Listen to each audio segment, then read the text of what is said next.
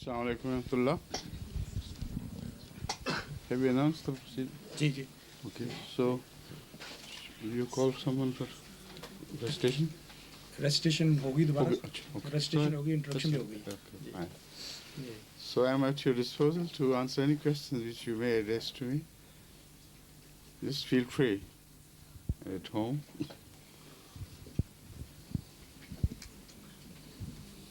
Human society is so corrupt, Your Holiness. How can we more effectively get God's message across? Can you once again? No, I understand, yes, but for the sake of recording, would you please repeat your Human question? society seems to be so corrupt. Yes. How can we, as individuals, get God's message across more effectively? The point is that every disease has to be first analyzed and diagnosed. Why are we corrupt as human beings and tend to be corrupt? After repeated messages come to reform us, every time we fall back to the same old trend of pursuing the worldly pleasures, which in itself is not a bad thing. To pursue pleasure is good. But when you are given up to pursuit of pleasure, then right and wrong are all forgotten. Then you must have it, like addiction. So it is that part of pleasure which is condemned by God. Otherwise, everything present is good for his servants. But when it is at the cost of someone else, then pleasure causing pain to others is what is rejected. But why are we so corrupt? That has to be analyzed. And unless we reach the root causes and begin the cure from there, just the superficial treatment would not mean anything. Yesterday I discussed this matter with some would-be member of parliament who had also come to attend my question and answer session. And he was deeply concerned about what was happening in Britain. The moral degradation, the rise of crime, and lack of sensibility to others' pleasures and sufferings. And I told him that you should have learnt your message from the most beastly killing of the innocent children in Scotland. Just to talk of superficial changes in the law and go for legislative reforms or give to strengthen the hands of the police is not at all a relevant answer to that problem. That problem lies elsewhere and deeper in your society. It has a relationship with the overall rising crime of child abuse. And generation after generation things have been happening where people grow up with a sense of suffering and inferiority complex at the hands of their elders, at the hands of the society around. So they nurture these passions of revenge quietly until they burst into a flare of what you saw.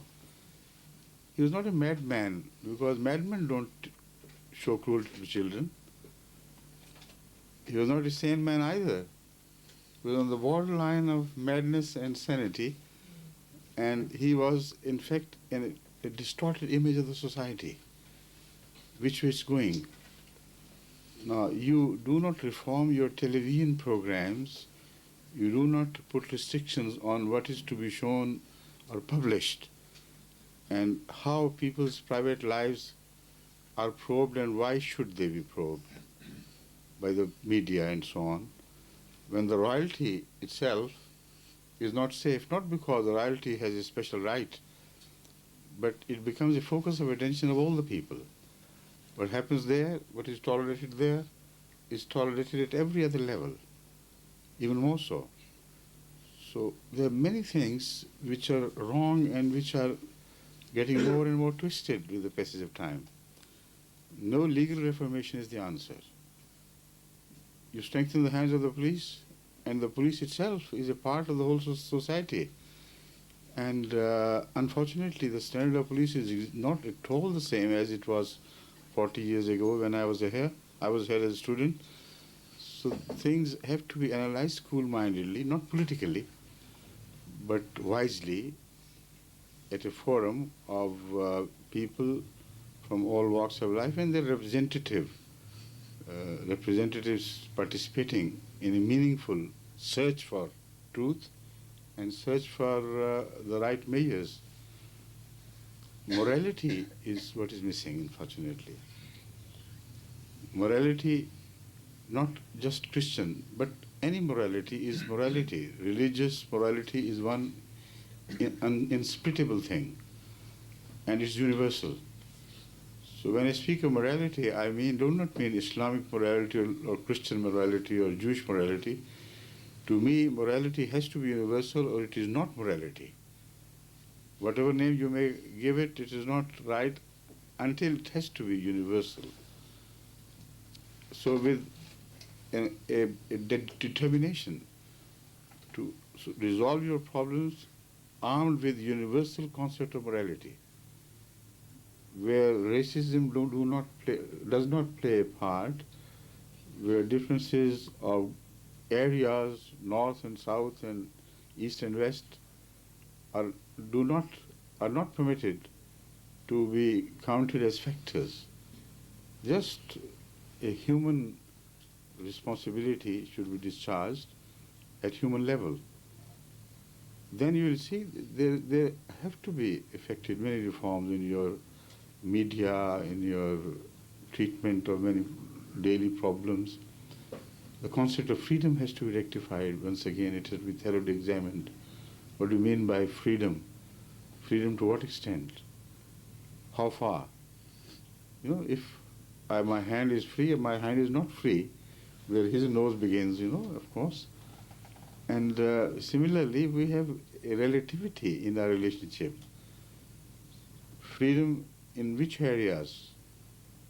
Now, again, one very important factor which has to be brought to the notice of the British as a whole is that they are dividing a line between responsibility to man-made legislation and responsibility to divine legislation. And this treatment is so prejudicial in favor of man-made that when children, particularly young girls, teenage girls, grow up in the school and the teachers feel that their parents are pressurizing them or advising them very strongly to behave morally according to the expectations of their religious teachings. Now, they are always told you are free. What right have they got? If your parents interfere overmuch, then you better go to the social department and they will take care of you. And this happens. Many home is absolutely shattered. And the future of these girls is absolutely destroyed. With a sense of irresponsibility which comes with it, this apparent shelter. They are rendered shelterless. And when the same teenagers reach the age of maturity, then the message of the law in the school and colleges. Previously, we ignored your faults, but man-made laws will be fully supported by law. And if you violate the laws, now you will be punished. A strange thing. When they mature, they are told not to take care at all, not to take care in the least of what God expects them of moral behavior, but what society and the state expects them of the man-made law, which are, of course, defective everywhere. And this is why they keep on changing, and yet they do not serve full purpose. They must be respected. So when you divide a line between moral values and the state values, then ultimately the state values do suffer. This is the simple message which simply, I don't know how they afford to miss. Because if the moral standard is not fully supported and maintained, the responsibility to human legislation cannot be created.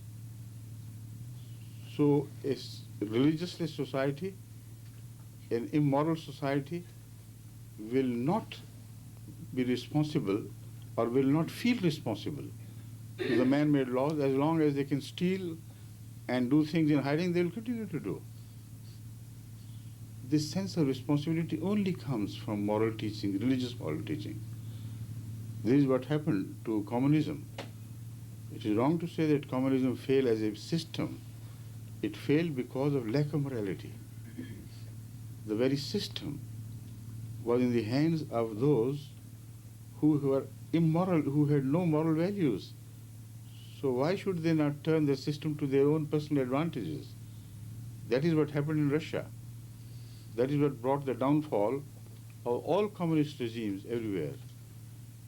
So this is a message which had to be learned, and you should go deeper into the root causes, and then let's pray and join hands in everything good which we may bring about in the society together. Right? Please, yes? Dennis Wallace, and I'm a practicing Catholic. Yes. When we talk about models, how about the models of God?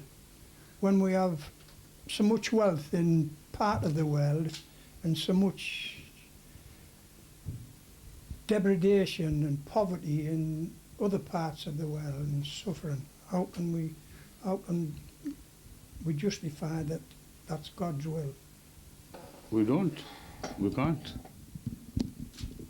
When there is such cruelty perpetrated by man against man, when you permit others to suffer, who are again God's creatures like you are, and you do not share their misery, and you have no concern for others' way of life, their happiness, their suffering, then you can't call yourself a true Catholic or a true believer in any religion.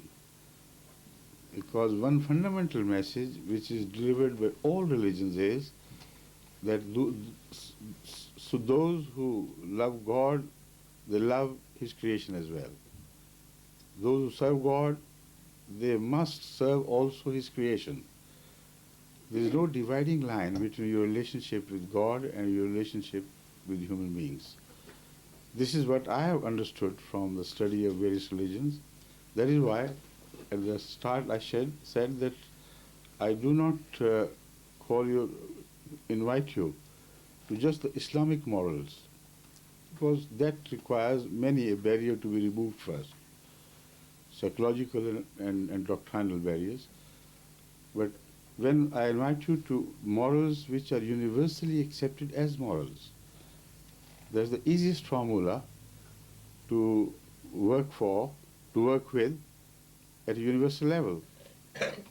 So the point you have raised only indicates that your Christianity is deficient in as much as you permit this suffering to continue without feeling for it.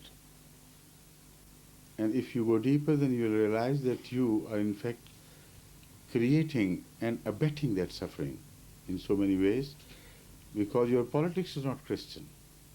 That is the main problem. Your economy is not Christian. Your social behavior is not Christian. And the same is true of Muslim countries. So where is religion? It's only in the name.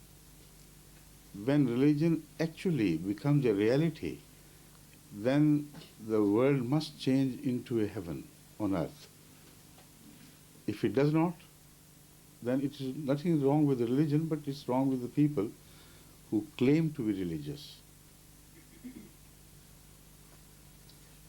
Right? Thank you.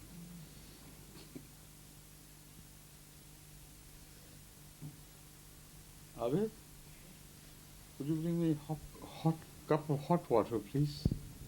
No tea, nothing, just hot water.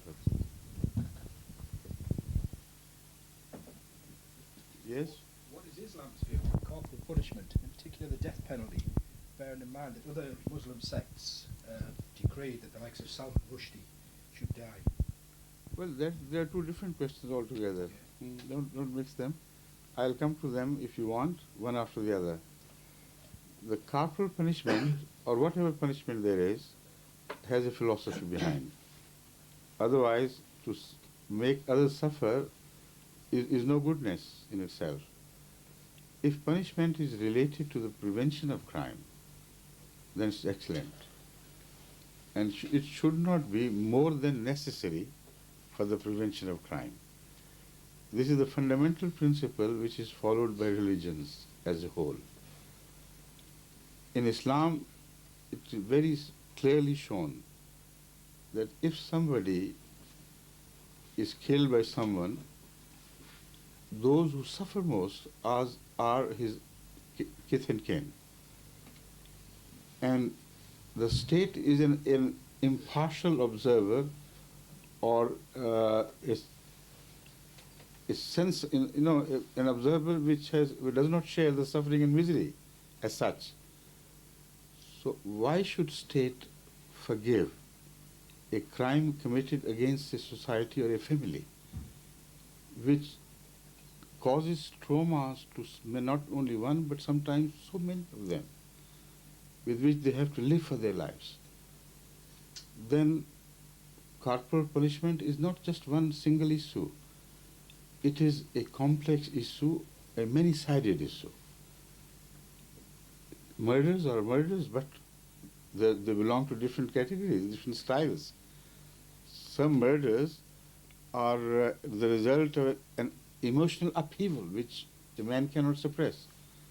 Some are calculated murders.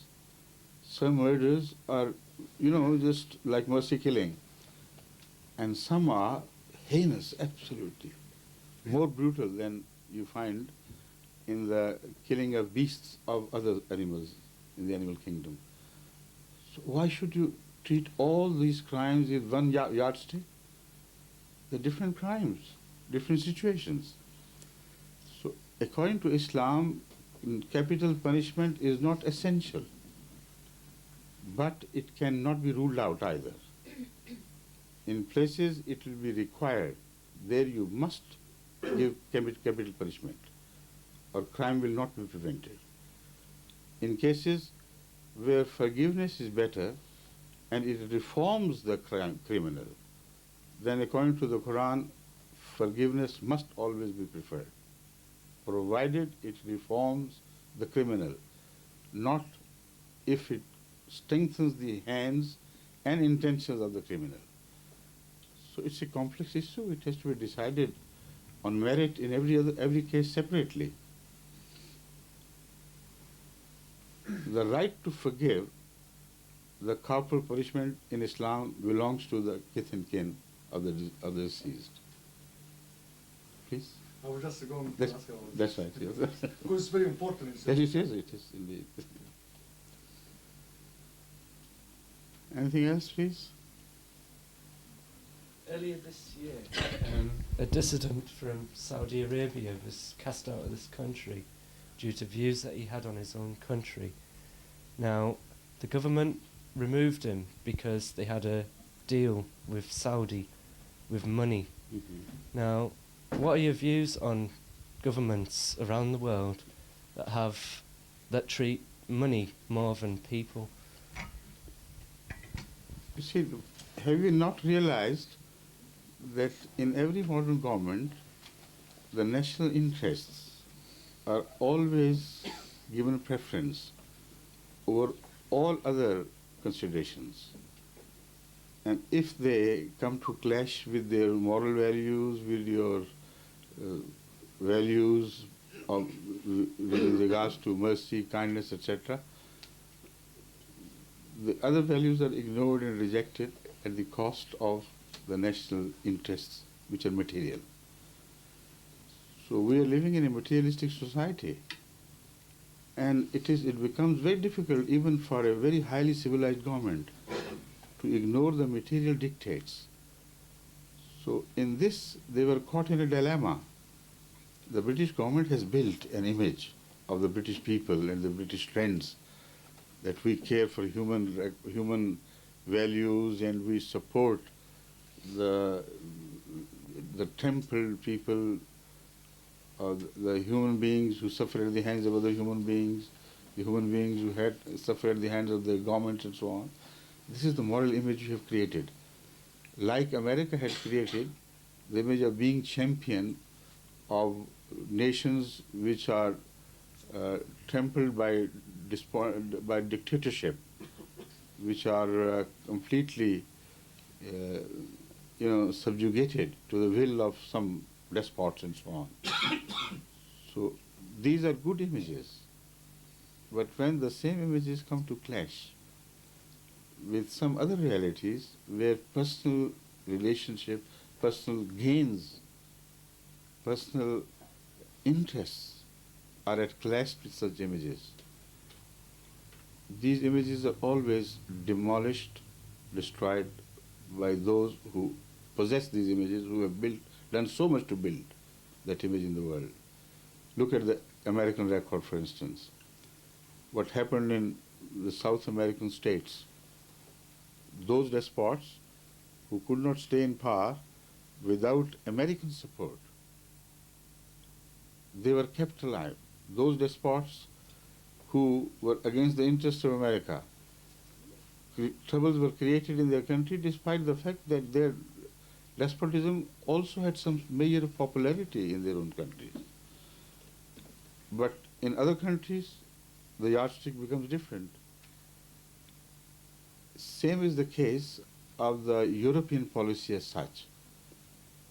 They want to help the downtrodden, the ill-treated, etc., genuinely, fairly, but not at the cost of their national interest.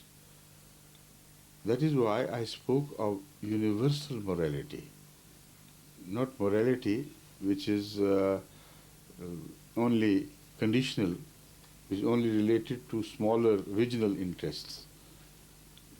When morality is divided into regional morality, then it is no morality. It doesn't solve any problem, it doesn't serve any purpose. So in the case you have referred to, I must pay tribute to the British government of doing it wisely, not brutally, like many other governments could have done. They first, I am quite sure, they must have negotiated with the Saudians and telling them their limitations and compulsions and informing them that they can't hand him over directly to them. They will send him to some other place and get rid of the responsibility. So they must have diplomatically worked hard to find a country, to convince the government of that country to take this, hot brick away from them until it cools down. And that is what they did. So they, in fact, avoided the immediate crisis by doing so.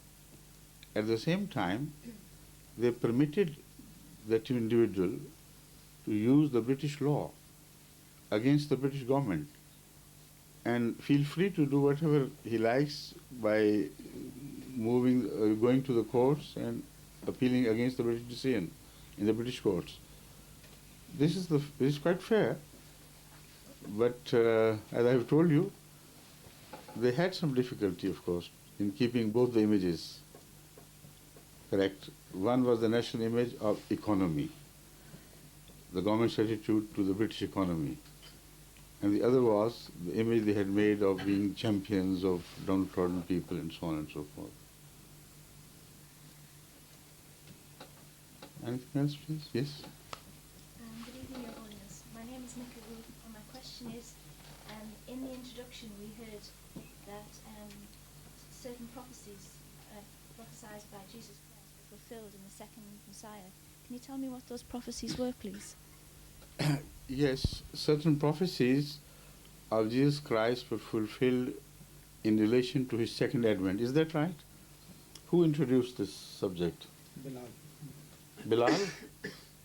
Why didn't you illustrate yourself? I did very briefly. I only have a short time to do so. What prophecies did you have in mind, for instance? I mentioned the eclipse of the sun and the moon. What? I mentioned the eclipse, the... That's right. No, I understand. What else? And the Holy Prophet's prophecy of the same thing, the eclipses. Yes. This is a very debatable issue as to how the prophecies should be read. that's why I inquired from him what prophecies he had in mind. I had some different prophecies in mind, but because the prophecies are always debated concerning their message and interpretation, so it's a difficult subject to enter, and on the basis of just this, it's not generally possible to make a clear-cut decision. But I had in mind a different prophecy, which is mentioned in the Holy Quran very clearly, along with the prophecy he mentioned as well. That is to say that according to the Holy Quran, Jesus Christ prophesied that after him there will be a prophet whose name would be Ahmad. And in the same surah or elsewhere, it is also mentioned that Moses also, in the same surah, it is mentioned that Moses also had made a prophecy that Muhammad will appear in the, to be the beginner of a new faith, new religion, new era. So they are done together. Prophecy of Muhammad is related to Moses. Prophecy of Ahmad is related to Jesus Christ. Now we Ahmadis interpret this that as Muhammad's prophecy obviously relates to Prophet Muhammad, his first advent. And the Ahmad's prophecy should relate to the person who would appear in the latter days like Messiah appeared in the Ummah of Moses. So what he was to Moses, so Ahmad would be to Muhammad. This is our understanding of this prophecy. And I believe it's quite logical and understandable. But it's not something which can be enforced upon others as a strong logic. But if anybody reads this with an unprejudiced, unbiased attitude, he can see the wisdom and the balance of this. The Holy Quran says Moses prophesied Muhammad and Jesus prophesied Ahmad. Now relate this to the prophecy of the Holy Prophet himself that in his Ummah also there will be a Messiah. Like Moses prophesied the coming of Messiah and other prophets after him did. So Hazrat Rasulullah sallallahu alaihi wasallam, the founder of Islam, also prophesied the coming of a Messiah. Now this could be the same. Now the issue is, what is the proof of that there was Muhammad name mentioned in the Bible? The proof lies in the fact that in the older translations of Bible, the prophecy of someone coming to bring about a new faith, new religion, new era is contained, and the word is translated as Muhammadin. Who would come? He will be Muhammadin. Now when the Muslims refer to this with relation to the Quranic reference, the Christians began to change, and also the Jewish people, they must have done it together, to change the translation from Muhammadin to the praiseworthy people.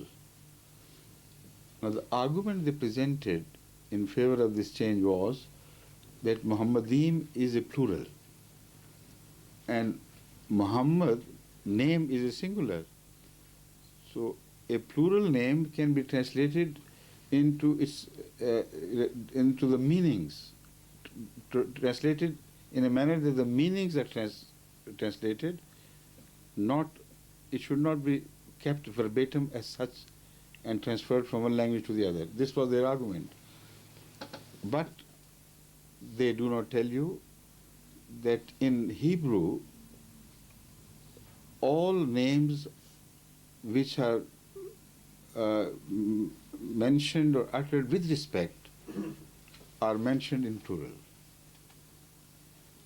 So Muhammadim is definitely a personal name of someone, but why it was pluralized was out of respect, because it is the custom of the language.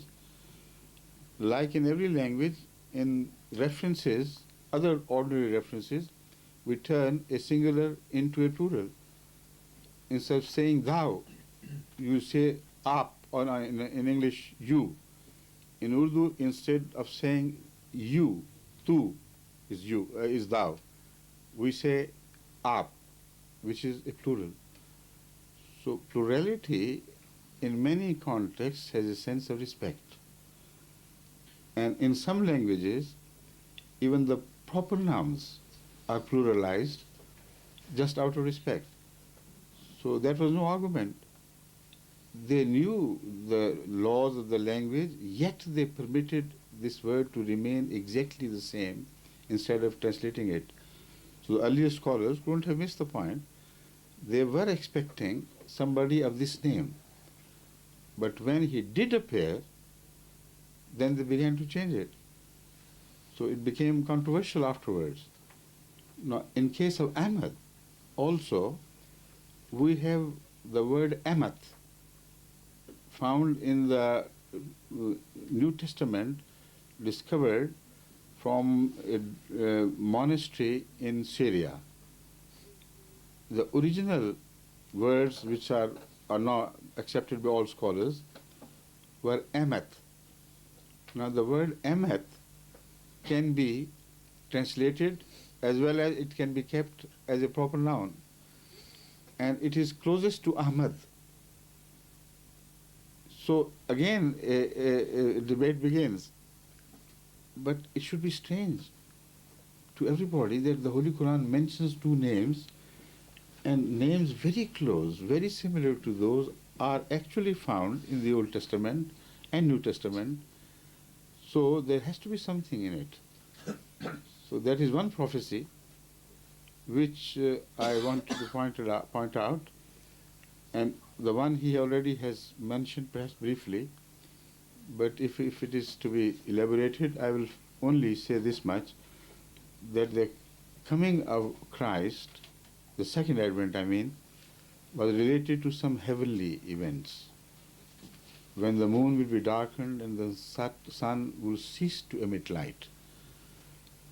The same expression is used in the Holy Quran, that Shams فَإِذَا بَرِقَ الْبَصَرُ وَخَسَفَ الْقَمَرُ وَجُمِعَ الشَّمْسُ وَالْقَمَرُ, that when the sight will be dazzled by what? By seeing the moon darkened and the sun joining moon in this. Now, what is the meaning of joining moon in this? Why do you say sun will also be darkened? This is explained by a hadith of Hazrat Muhammad Rasulullah sallallahu alaihi wasallam, in which he said that the Mahdi, our Mahdi, when he appears, two heavenly signs will be shown in his favor, which have never been shown before in favor of any other claimant. And the words of Hazrat Muhammad Rasulullah sallallahu alaihi wasallam are, Inna le Mahdina ayatayni lam tukuna mundu khalqi samawati wal ard. Awwaluha an yankasifa al-qamaru fi awwali laylatin min Ramadana wa tankasifu ash-shamsu fi an-nisfi minhu wa lam tukuna mundu khalqi samawati wal ard. He said, for our Mahdi. You know, the title of Mahdi is perhaps quite familiar nowadays. Imam Mahdi you have heard, and at least you must have heard of the bloody Mahdi who appeared in Sudan. So that means Prophet Muhammad ﷺ predicted many a Mahdi to appear. How will you recognize the Mahdi who is prophesied by Hazrat Muhammad Rasulullah as belonging to him? This was the question raised by him. He said, for our Mahdi, there will be two signs, which cannot be tampered with at all by human beings. They're heavenly signs, completely out of human control, out of human reach. Awwaloha, the first of them is that the moon will be eclipsed. And on the first night. And the second is that the sun will be eclipsed on the middle in the middle of the days. These things, both these signs will appear in one single month, and the name of that month will be Ramadan. And this as a sign has never appeared before. Now, so many conditions are put together. That is why the word Jum'ah, they'll be brought together, is spoken of, is used instead of saying sun will also darken. They will not darken separately at different times. They'll be brought together as a sign, packed in a small, short space of 1 month. And the name of that month is also mentioned as Ramadan. So the question is, did this sign appear in favor of Masih Maud, whom we call the promised Messiah, or not? No, it's a matter of history. You can go to any observatory or write to them to send you the records of the period which I'm going to tell. Exactly the same thing happened, which had been predicted from that time 1300 years before. Hazrat Masih Maud al-Islam, the founder of the Ahmadiyya community, officially declared the Jamaat on 23rd of March, only 2 days ago in this year, but 23rd of March of 1889. And he claimed to be the Mahdi, the Messiah, all that was predicted about the future reformer. And there was no sign of any sun or moon's eclipse, and for them to be eclipsed together in 1 month, this was completely out of reach for any man. The observatories of that period also never mentioned such a thing, because I have discussed this matter with knowledgeable people, highly knowledgeable people. They say such a prediction is even today is not possible, because the moon's phases are so variable that it's not possible for us to definitely determine that these things will happen in 1 month and also will be seen from one single horizon. It's another problem which is related to this. You know, sun can be eclipsed and moon can be eclipsed together in 1 month, but moon can be seen eclipsed from one area and the sun from the other. Both cannot be seen together from one single horizon. This is a single vantage point appearing in the same horizon. So these were all the problems involved. And every non-Ahmadi scholar, Muslim, not every, but many of course, started demanding from him, all right, if you are true Mahdi or true Messiah, show us the sign. How can you have the moon eclipsed and the sun eclipsed exactly according to the description of the prophecy? In 1894, this appeared. Exactly as it had been predicted. On the 13th of Ramadan that year, the moon was eclipsed. And on the 28th of that Ramadan, the sun was eclipsed as well. Now the only question which remains to be discussed is, how can these two dates be called the first and the middle? We believe, and which is scientific, and there is no other possibility left to us but to believe, that by the first, he meant the first of the eclipse nights. By the middle day, he meant the middle of the eclipse days of the sun. And they are fixed by God and they cannot be changed. The moon always gets eclipsed either on the 13th or 14th or 15th. These are the three fixed days because they relate to the relationship between the movement of moon, earth and the sun. Similarly, sun can never be eclipsed beyond the 3 dates of 27th, 28th, 29th. And 28th is the middle. 13th is the first of the moon's eclipse. So the founder of the Ahmadiyya community not only pointed out to this, but also mentioned that your own scholars earlier had been interpreting it like this. They said the moon will be eclipsed on the 13th. Where did they read that it would be eclipsed on the 13th? While it was said on the 1st. So it had to be the first of the moon, of the nights of eclipse of moon, and the middle day of the days of the eclipse of the sun. By way of further argument, he pointed out that the moon of the first night is highly questionable in the sense whether it appeared or did not. Very thin slice it is, and even the slightest shadows cast by some dust hanging in the horizon or clouds, etc., makes it disappear altogether. And the life is so short, the lifespan of the first moon, that it lasts, say, from 10 to 15 or half an hour, no more. So if a cloud covers it or dust particles obscure it, it will not be seen anyway. Now, on top of that, if it is eclipsed, how can you see it? Eclipse can only be noticed if the remaining part of the moon is visible and only a small part becomes invisible. So, the eclipse the moon of the crescent, eclipse the crescent and it will disappear.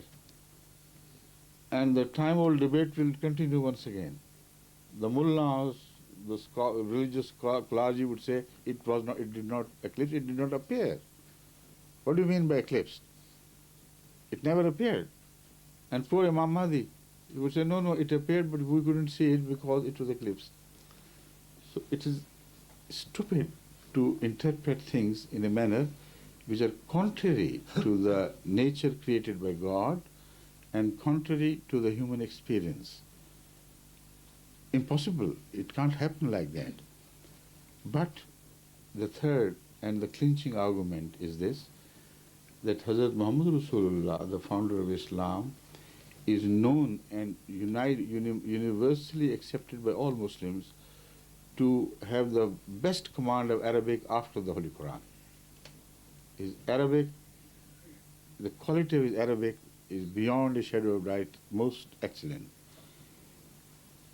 Every Arab knows that the moon of the first 3 nights is referred to as crescent, hilal, never as qamar. When the moon, people speak of the moon of the first 3 nights, they always refer to it as al-hilal. And in English, it is referred to as crescent. The prophetic words used by the holy prophet of Islam were al-qamaru, yankasif al-qamaru, not al-hilalu. So did he not know Arabic? Did he not know that Arabs do not refer to the moon of the first 3 nights as hilal? And instead of that, if he knew from God that this would be the period when the moon would be eclipsed, he should simply have told us that it would be a crescent which will be eclipsed. He didn't. Qamar normally applies to the fuller moons of later periods. So looking at it from all angles, it leaves us no room to escape from the powerful message delivered by this prophecy, and its roots are in Jesus Christ. He prophesied first.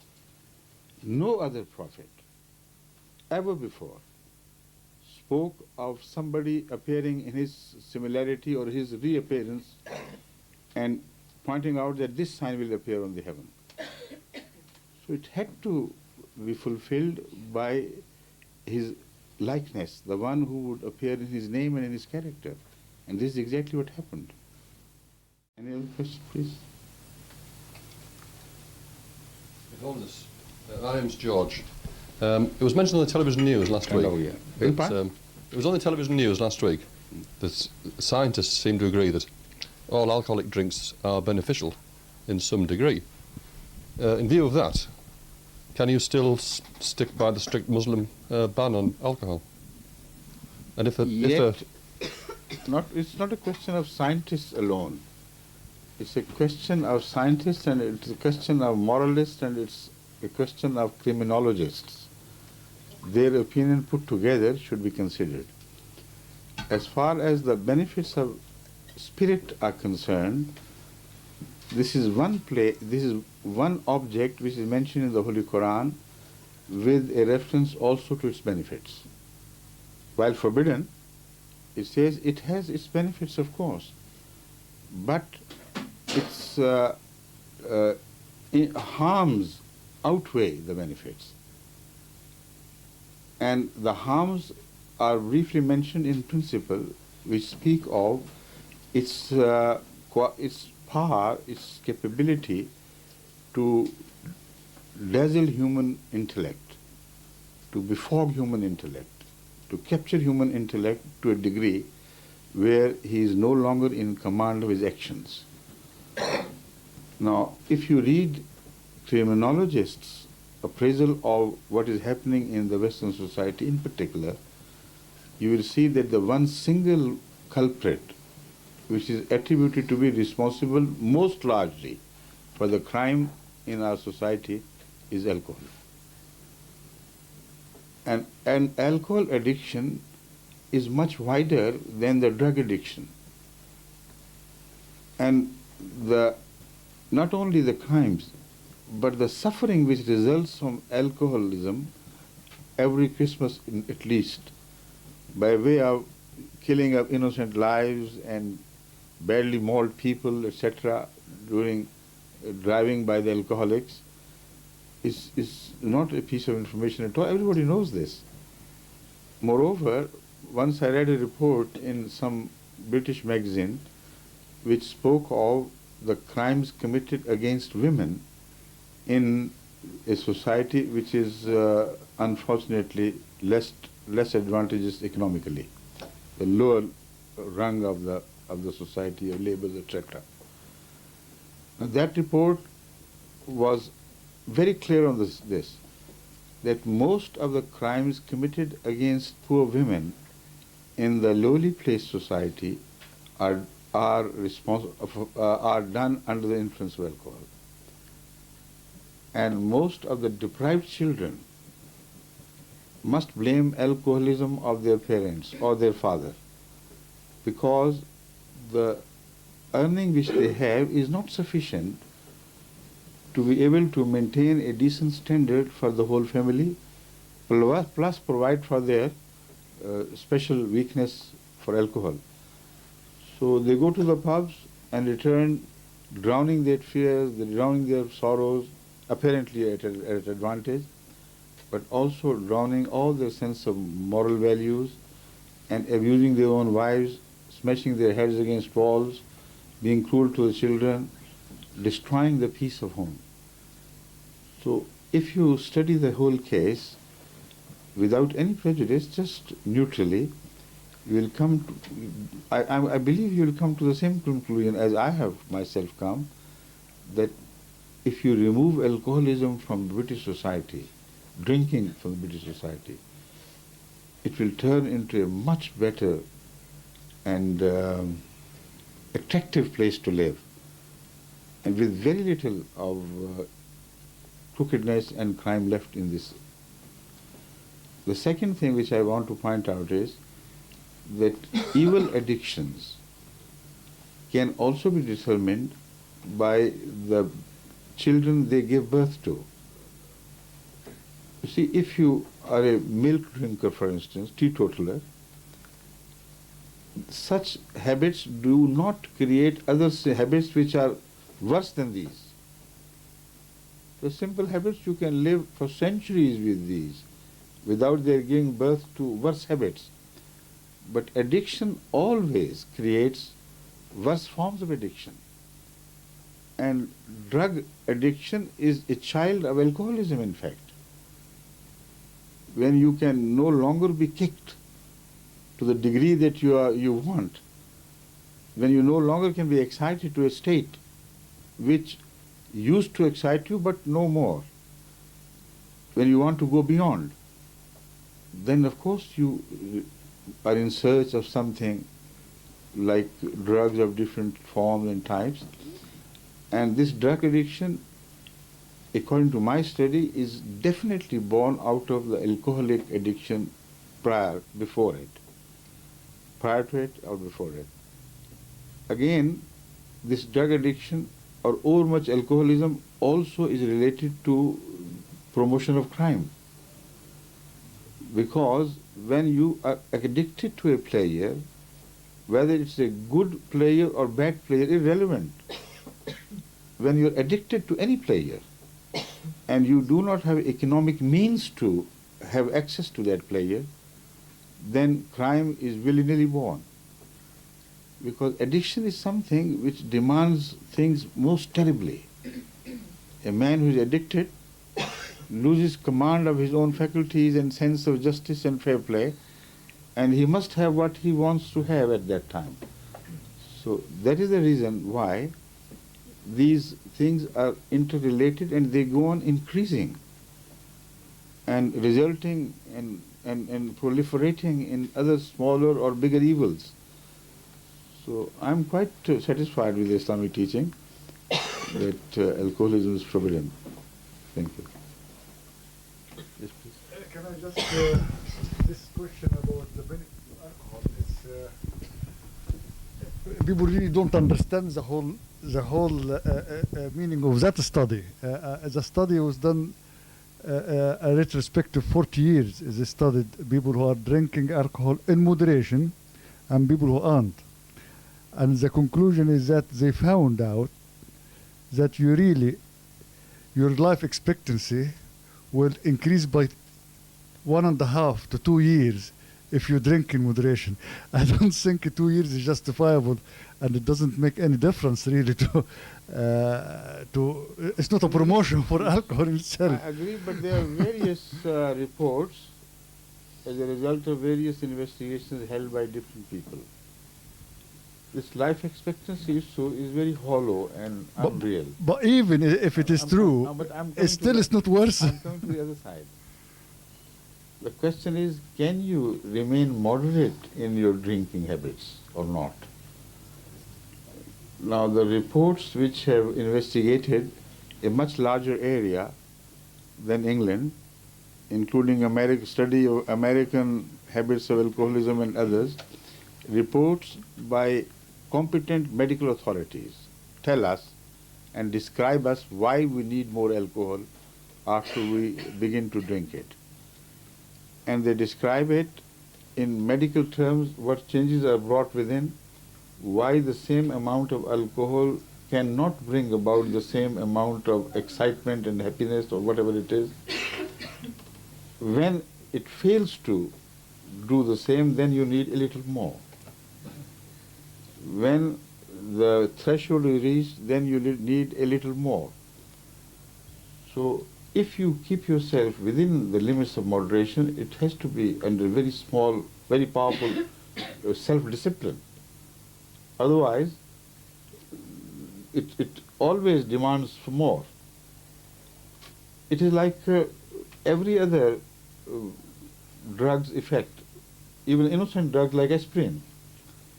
When you have one tablet for your headache, after a while, one tablet will not be sufficient. So you have to have 2 instead, sometimes 3, 4, 5, until they begin to damage other healthy parts of the body, particularly the mucous membranes of kidneys, stomach, etc. And on the one hand, it will be beneficial, on the other hand, it will be extremely damaging. So this is the basic issue. When God prescribes something, He knows human psyche. He knows what happens within man and what are the forces which once unleashed will go out of control of people. Alcoholism is one such thing. So in that study, the picture which is created relates to fatty degeneration. Now, I didn't want to go into such detail in answer to your question, because I know, as the Holy Quran has said, it has some benefits, of course, many benefits. In homeopathy, for instance, its use is very beneficial, but it's not to create intoxication at all. So there is no question of addiction involved in that. But according to the medical studies, your liver is tuned to convert alcohol only to a certain percentage. When you drink more than that, and according to their study, most alcohol drinkers drink more than the capacity of the liver. then the fatty degeneration begins to take place. Not only within the liver, but also in other parts of the body, in skin. You know, when you, for instance, if you ever observe the beef of an aged cow, the meat of an aged cow or an aged goat, you will see that there is a net of, a net of hard fiber containing small portions of meat within. And that hard fiber net is made of such forms of fat which are not digestible and which are rich in cholesterol.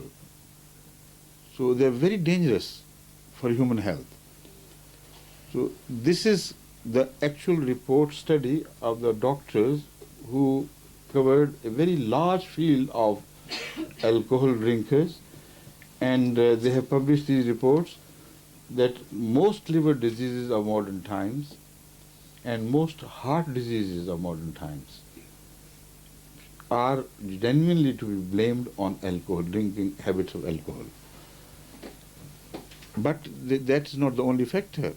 If I enter this area of debate, I should also tell you that there are some other factors which offset the bad effect of this, and overall the whole life pattern has to be studied. For instance, the Italians and the Spanish, they also drink a lot of alcohol, but incidence of heart disease there is much less than that in the northern Europe, because there are other eating habits which either compound the bad effects of alcohol or decrease that. The medical study tells us that because they eat the vegetative fat from olives, this fat is not bad for health. It in fact helps dissolve some deposited cholesterols in different arteries, etc. It helps, it promotes health of the liver, etc. So that is why the incidence of heart diseases is less in southern Europe than in the northern Europe. And the reason is that they use olive oil far more than any other fat. So these are complicated factors. And just the medical reason is never kept in view by religious dictates. That is why I never, out of proportion, emphasize the medical part. No poison is declared to be haram or forbidden. It is left to human common sense. What is bad for you, you should abstain from doing it or using it. But religious dictates, religious teachings are always related to moral health. And that is why in the beginning I only mentioned the moral, the dangers to morality which are related to alcoholism, and I believe that is the reason why it is forbidden. Otherwise, it is good in many other ways. Somebody has caught cold, and if a child suddenly suffers from pneumonia, there is no harm in giving him a teaspoonful or two of brandy or whatever alcohol you have with you. And for such usages, it is not forbidden. That also should be remembered. For good effects of alcohol, Islam does not forbid it. It only forbids it for consumption for the purpose of intoxication.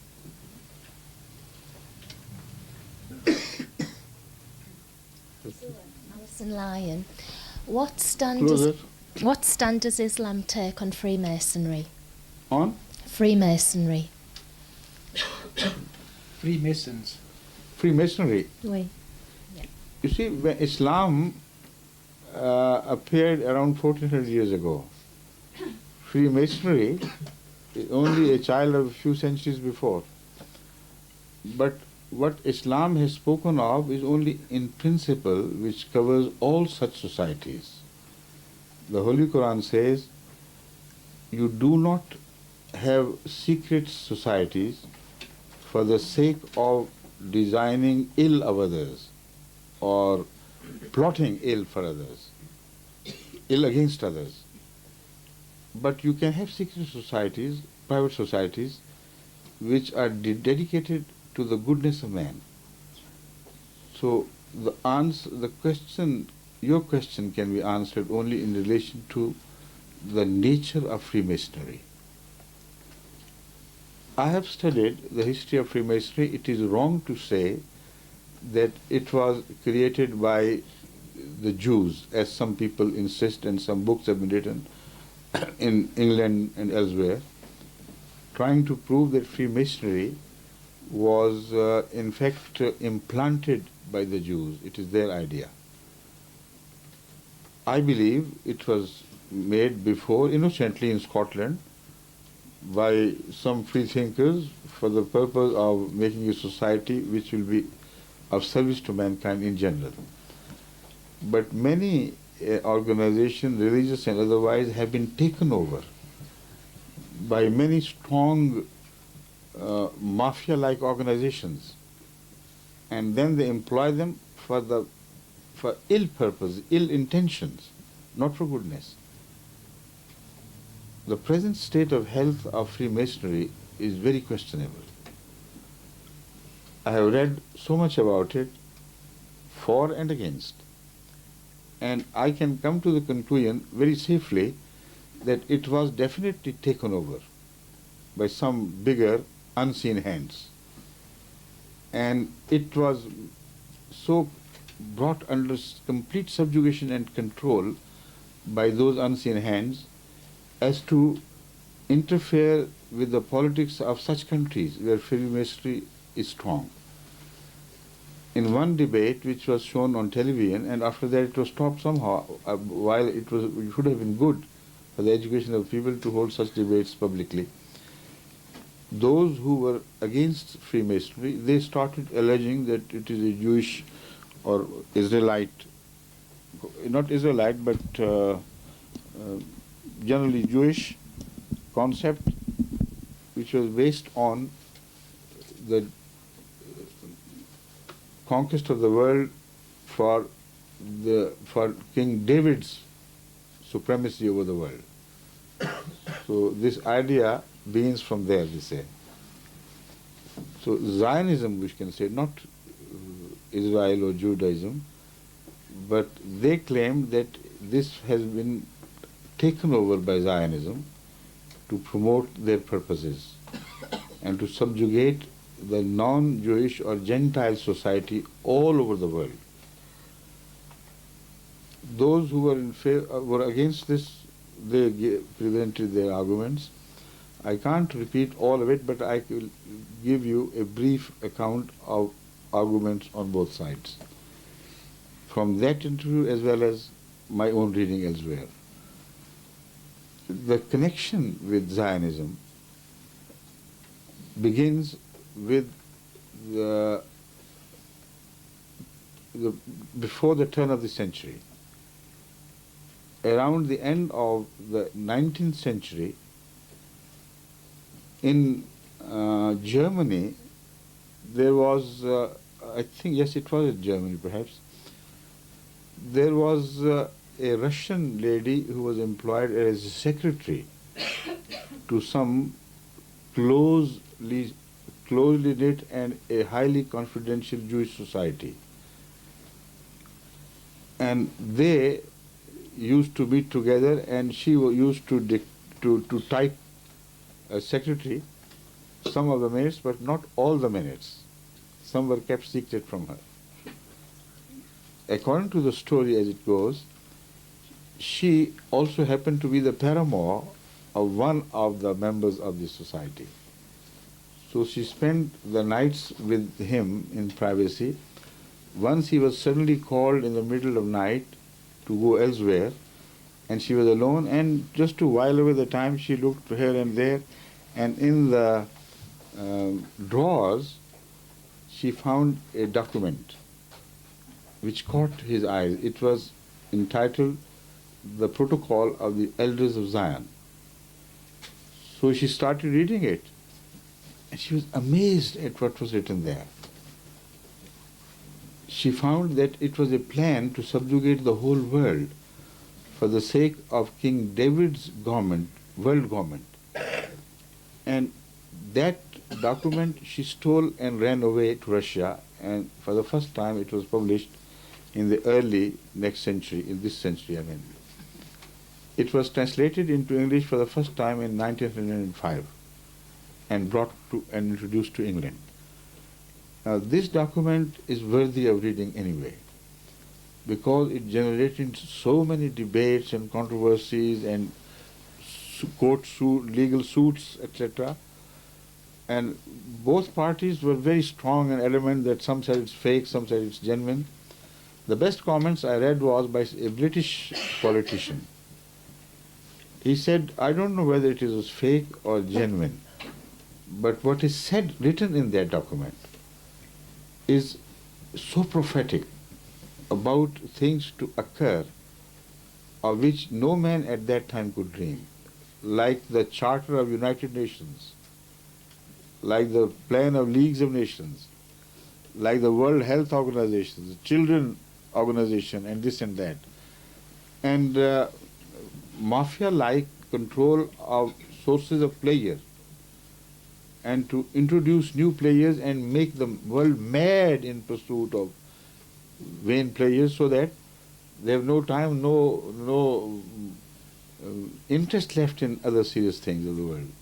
As long as they get mad pop music and they're kept happy under this addiction, it's okay for them. Things like that have been mentioned. I have read it. So the comments of that British politician, he was a member of parliament, were, I think it was, he also served as a minister, prime minister for some time in England. If I remember the name rightly, it was Disraeli who said that.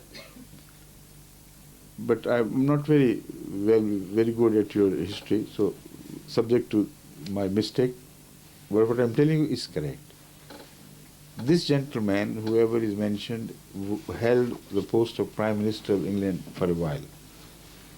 He said, I do not know whether it was fake or it was genuine, but I know this much, that if it was fake, it must have been faked by a prophet of God, because all that is said there has been fulfilled. Everything is realized exactly as it was predicted.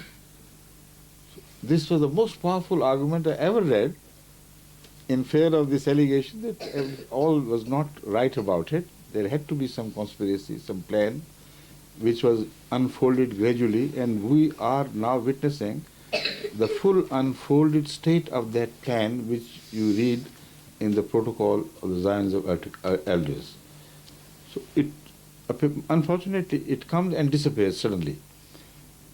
One of the British priests who investigated it on his own, he followed the whole history of these protocols and Zions of Elder at every stage, and traced it back to the time of Marx and a few years earlier than that. And he said the design of communism, as we find mentioned in that protocol as well, was prepared much earlier. So that is why those who said it had to be a fake, because we find this something mentioned like this in 1870 or 1880, prior to this incident, he proved that it had to be mentioned before, because it was a well-planned, well-charted scheme to subjugate the whole world, and it was related with the idea of communism. So that is one side of the story. On the others, they say the Freemasonry was not our making. Now, those who said that it has been at least taken over by you, said because in that very document, Freemasonry is mentioned as the lowest rung of our organization, which will be visible to public, and what lies behind will be in 30 tiers. Ultimately, the ultimate control would be in the hands of 3 elders at the top, whom nobody else knows. And Freemasons themselves do not know where is the higher tier, where they receive their orders from. So the secrecy of Freemasonry, why should it be kept secret, is a large question. If it is just for the sake of goodness of people, the human activists or people related to the cause of the humans, of human suffering, etc., everywhere in the world, they don't hide things. Those who work for the child welfare, those who work for the African countries' welfare, etc., they're always open in public. Why are they hiding? The only personal contact I had with one else ex-Freemason was in Holland, about 3-4 years ago. And he was sitting next to me at a dinner, which was thrown for the occasion of my visit there, and intellectuals and others were invited to join me and ask any questions. The person sitting next to me happened to be an ex-Freemason. And when he heard my views, somehow he was excited to the degree that he shared that secret for the first time, he told me, because he was afraid for his life. He said, I can't tell you everything, it's impossible. Even you, I know I can trust you. But winds carry things. So I won't tell you what I witnessed, what I saw. But I was committed to an ultimate utter secrecy. And those before me who ever attempted to violate this promise have disappeared. Something happened to them. In the debate on this television, one thing was very solid presented by those who decried the Society of Freemasons was that most of our politicians who are given tickets from the party, who are ultimately elected, are somehow indebted to Freemasonry. If they are on the wrong side of Freemasonry, they are never permitted to reach the goal of political leadership. Somehow they are destroyed during the steps of the rise to the political power. And those people, I don't remember the details, but they quoted example after example publicly. They look, Mr. So-and-so, Mr. So-and-so, Mr. So-and-so. They fell foul of Freemasons and they were finished. Those who were on the right side, they were promoted. And they also mentioned so many members of the then parliament that they are Freemasons, we know that. Can they deny? So I think that was the reason why such programs vanished into thin air from then on, because they must have offended the politicians as well as the Freemason leadership. So this is what I know about it, and the rest we don't know. Thank you. Yes, please. Wa alaikum salam. Just wait a moment, please. Thank you. Thank you. When Jesus was asked about heaven in the Bible, it's quoted as him answering that there's many rooms in my Father's mansion. Could I ask you please to share with us tonight your idea of heaven? Heaven? Yes, please. Well, you're talking of heaven on earth or heaven in the space? What? Heaven after death. Heaven after death? Yes, please. In my concept, there is no heaven after death if there is no heaven before death. We create our own heaven. If we can't live in a peaceful society, a heavenly society, which is of our own making and born out of our own human relationship, then to expect a heaven after death is a very stupid idea. Utterly mad idea. When given a chance to build a heaven here, you rejected that chance, that opportunity. And you die in the hope that God will be befooled and say, all right, let them have created hell for others, but I'll put them in heaven. No such thing. It's impossible. Just a madman's dream. Heaven is only created here by us on earth, by ourselves. even surrounded by hell, we create islands of heaven. Good people everywhere do that. And they are rewarded for that here on earth, and they know that this is peace. They know what nobility is, and they're rewarded along the course of their life for every good action they perform. They can shut their eyes in peace, knowing that when they created a heaven for the servants of God here on earth, they couldn't expect a bad thing from God, who is more kinder and more benign than they could ever be. But what is the nature of that heaven? According to the founder of the Ahmadiyya community, in his book entitled The Philosophy of the Teachings of Islam, he has also discussed this issue of the nature of heaven and hell. Now, it so happens that this 96 is the same year in which 100 years before this book was published and delivered first as a lecture in Lahore in a great conference of religious scholars from different religions. 5 important burning questions were given to the scholars to answer those questions with reference to their own divine teachings, not from their own personal inclinations or preferences. This lecture was declared to be by far the best, outstanding, by all the participants, despite the fact that they were not all Muslims, not Ahmadis either. This is being published again. If you want to learn more about this issue, I would advise you to read that book. It is worthy of note, because in that time when Ahmadiyyat was very little known elsewhere in the world, Tolstoy happened to have a copy of this translated into English and published in the Ahmadiyya General Review of Religions. And he wrote a letter to the editor that this book, which is being serialized in your magazine, is of such great importance to the entire mankind that I have never seen the like of it before.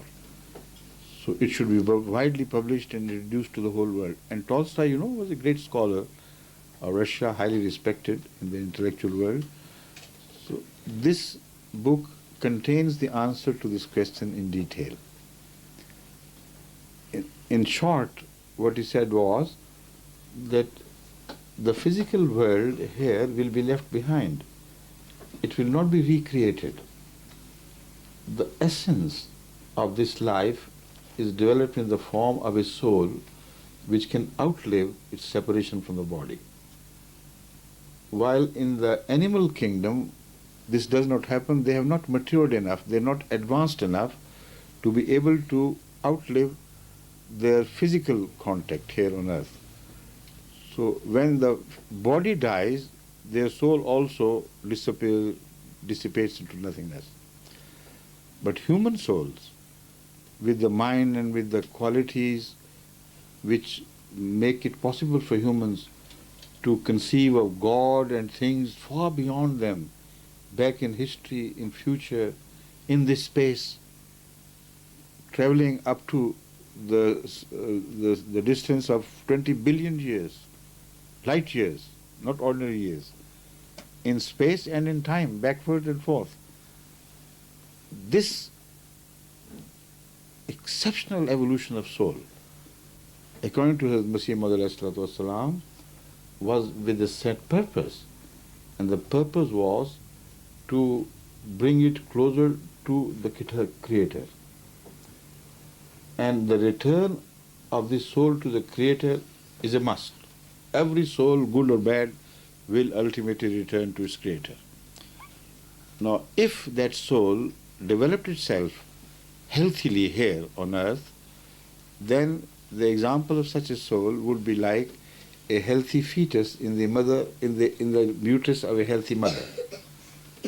It develops healthily, and the mother delivers a healthy, bouncing child. And you can know that within that experience of 9 months, the mother also had a sense of happiness and satisfaction, and the fetus also had that sense. Although it could not tell, it could not speak, but the medical experts have now determined very clearly and positively through experimentation that the happy child within is the healthy child. He is happy. He kicks around. That is why suddenly, one leg shoots out in one direction and the mother says, oh yes, oh, what happened, And she enjoys it. But the unhealthy child settles on one side of the uterus, becomes a burden and a source of pain and suffering, and the mother knows that something is wrong. Once delivered, that child gains a consciousness which it had never possessed before during its life within the uterus. And as it grows, it realizes its defects if it is a defective child, congenitally born with some disadvantages. More conscience it gains, more hellish it becomes to realize that he is a suffering thing. These, rare occasions, a small percentage of such incidents have other meanings, of course, other reasons which can be explained. But this delivers a message to man that you are responsible for nurturing of the soul within you. If you are evil, if you are unhealthy, your soul will be deprived of all pleasure when it is delivered into the hereafter. Now, the example of such hell and heaven has been further illustrated and explained by the founder of the Ahmadiyya community by way of drawing our attention to some examples such as, he says, if somebody is healthy, strong, but extremely thirsty and also hungry, you offer him a chilled bunch of grapes, and that would be a heaven for him. It will provide him energy, it will provide him taste, it will provide him that cool shade of having chilled fruit at the time when you needed it most. But if a man is, even if he is at the verge of death, because he's dehydrated, but he is very nauseated, very much nauseated, you offer the same bunch to him, and he would prefer death rather than to have a taste of one single grape out of that bunch. So remove it, because the very sight creates nausea. No, it's the same thing. Both require energy, both are needy, both are thirsty. The same thing is heaven for one and hell for the other. So, if we are trained here in such pursuits of pleasure which we will not get in the hereafter, if we abhor the concept of God being discussed daily in our houses, and the memory of God is a punishment, and the pleasure of going to disco is a joy forever, then after death, that would be your hell. Because there will be no disco, no mad music, etc., to keep you company. God will become closer. Here he is seen from a distance because our faculties are not yet fully developed. Faculties, according to the Quran, after the rebirth of man, the soul in fact, will be highly enhanced. He will feel closer to God if he had been in love with God and godliness, if he had been in love with humanity, in fact, if he had been in love with the good attributes, which are divine attributes, then he'll find himself in heaven. Because he'll not only be closer to them, he will be able to enjoy them with far more enhanced sensibilities. So, you see what hunger does? It enhances our capability to enjoy food. That's all it does to us. After creating urge, the more hungry you are, the more you are capable of enjoying things. So if you have been craving goodness here on earth, and suddenly you are brought closer to that, and your craving, sense of craving is also enhanced. and your requirement or feeling of dearth without them is powerful here. When suddenly you are brought closer and your faculties are enhanced, this is heaven. But it will be sort of materialized, not materialized, but presented not only in emotions, but in figures as well. Like in dream, we see gardens, like in dreams we experience some players, of all sorts in fact. And sometimes the dreams are so clear, so powerful that we feel that what we are witnessing is the real life. Hazrat Masih Maud has given the example of that dream, but said that is only a human psychic experience. If dreams are realized, and God can, without creating matter, just by creating a spiritual entity which has that capability of enjoying goodness, which will also be given a sort of form, image of trees, of fruits, of gardens and things, then this will be a heaven which you cannot conceive here on earth, but you can guess a little bit that it would be something of the pleasures you have all been seeking, but you have never been able to have pleasure to the utmost of your desire. There you will have it as you desire. Is that what you wanted to do, or have I gone out of... huh? What is your time? Say, 8:30 to the... No, I mean, what did you tell them when you invited them? How long they were expecting to remain with us? Didn't give them any time. Huh? You always play safe, huh? But you have to serve them food after this, haven't you? So I think they habitually they take dinner at about 6 or between 6 and 7, don't they? Huh? I mean, you know why I'm reminded of this? We're talking of hunger and enhanced hunger. This is not always spiritual, of course. So, unless there are other questions, I think we should call it a day, so that we could have time now to eat and return. Huh? Yeah. It's up to you entirely. I'm accustomed to sit for long, long hours, but I don't want you to do it at your cost. So if there are no questions, we call it a day, shall we? Yes. Okay. Thank you very much for coming and providing me this very wonderful evening, which I enjoyed so much. And I take leave of you then. Huh? God bless you.